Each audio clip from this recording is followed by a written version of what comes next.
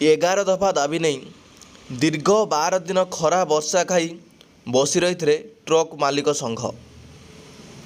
ଶେଷରେ ସରକାରଙ୍କ ସହ ଆଲୋଚନା ହୋଇ ପ୍ରତିଶ୍ରୁତି ନେଇ ଆନ୍ଦୋଳନରୁ ଓହରିଲେ ଟ୍ରକ୍ ମାଲିକ ସଂଘ।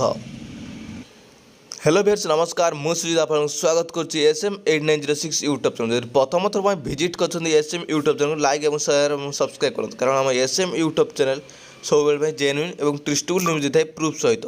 ଦେଖିପାରୁଥିବେ ଭିୟର୍ସ, ଆନ୍ଦୋଳନ ଓହରିଲେ ଟ୍ରକ୍ ମାଲିକ ସଂଘ।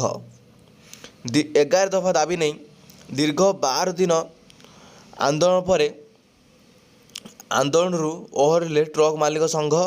ରାଜ୍ୟ ସରକାରଙ୍କ ସହ ଆଲୋଚନା ପରେ ସଂଘ ଏହି ନିଷ୍ପତ୍ତି ନେଇଛି। ଗତ 9 ତାରିଖ ସୁଦ୍ଧା ସମାଧାନ ନହେଲେ ପୁଣି ରାଜରାସ୍ତାକୁ ଓହ୍ଲାଇବେ ଟ୍ରକ୍ ମାଲିକ ସଂଘ।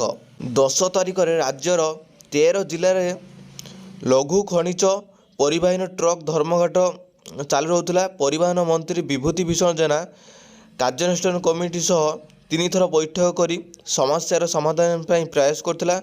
ବୁଧବାର ଦିନ ମନ୍ତ୍ରୀ ଶ୍ରୀ ଜେନାଙ୍କ ଅଧ୍ୟକ୍ଷତାରେ ଏକ ଆଲୋଚନା ହୋଇଥିଲା।